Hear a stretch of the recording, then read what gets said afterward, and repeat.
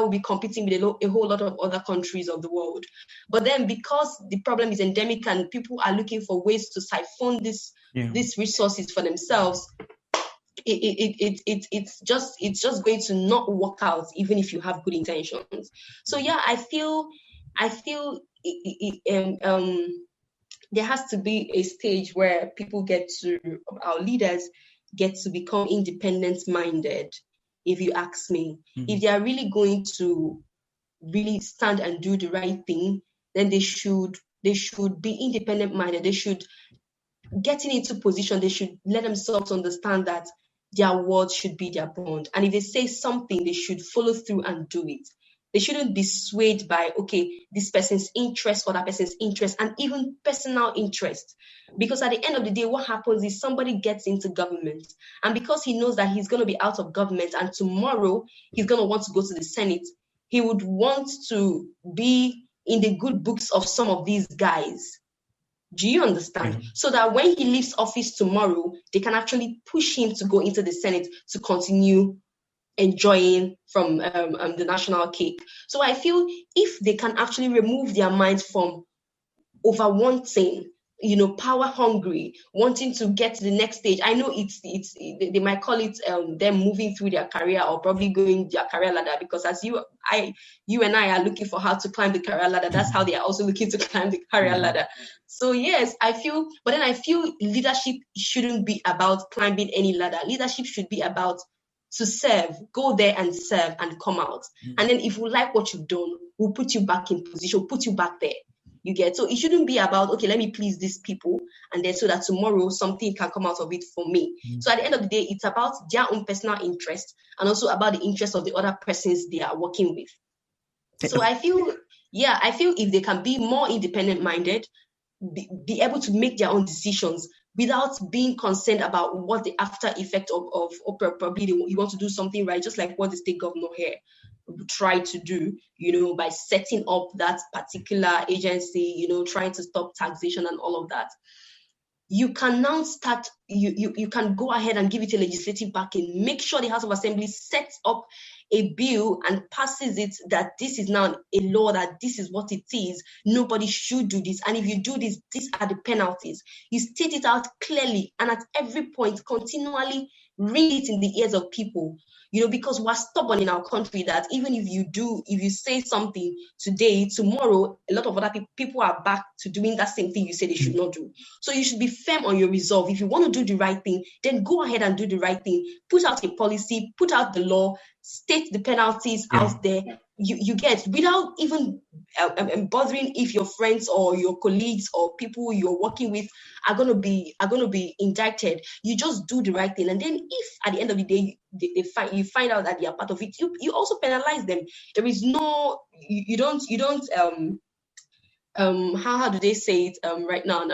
I'm looking for the right phrase. You don't try to please a set of people and displease the other set of people. And the people you're displeasing are the people which are the public that you're supposed to be serving. And then you're pleasing your cabal, people that will take you probably to your next political platform or stuff like that. So I feel that would help us a long way. And if they can be such that even if at the end of the day you serve as a governor and you go back, you sit in your house and you're satisfied that you really served and you did something and you changed a lot during your time. Even if you don't go into the next political cadre, or even if you don't move to the next stage as you would have probably wanted to, I feel you would have more peace of mind knowing that during your time you did something for the people, that they can actually look back and say, yes, this man served and we're grateful for the fact that he was here. I feel you're going to have more worth, more value, and more life even added to your years than to just do all of those maneuvering, live in all of those corrupt practices, do all of those things, and then at the end of the day, tomorrow, EFCC is chasing you from one state to the other, from one country to the other, and you don't have peace. So yes, I feel they should really go out and do the right thing if they really want to do the right thing, So I feel that's what they should do, really.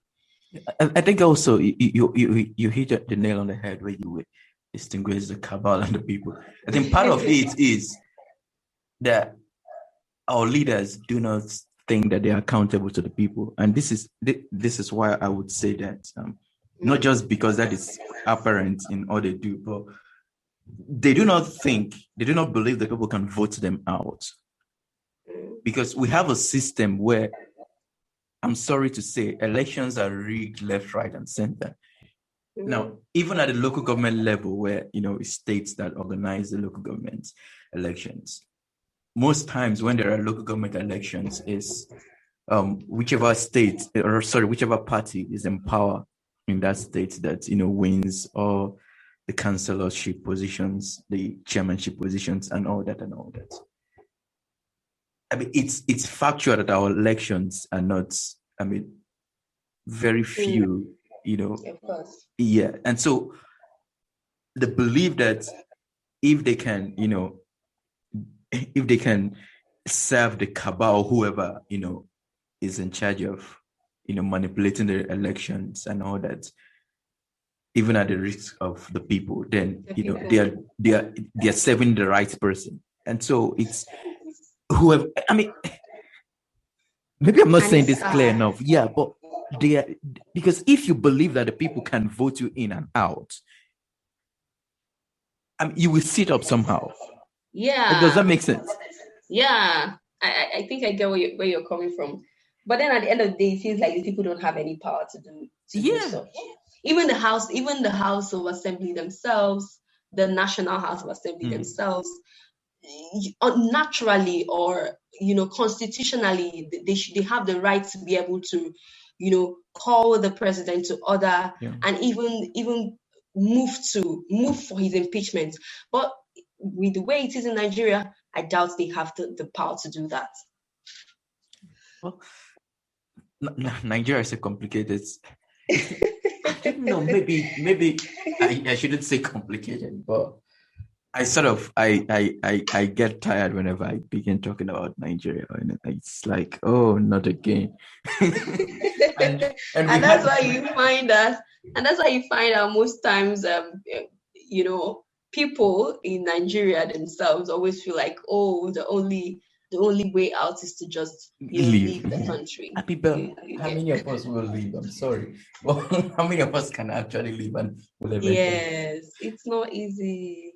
We spent time talking. I mean, and I've kept you here so long, and I actually wanted to touch on other subjects, but maybe some other time I can get you to talk about that. Definitely, I would always be willing to have these conversations with you. All right. So where can people go to track some of your stories? And I know, as you said, you're freelancing, but somehow people can always check you out somewhere, I guess. Yeah, my link tree is out there on my social media accounts.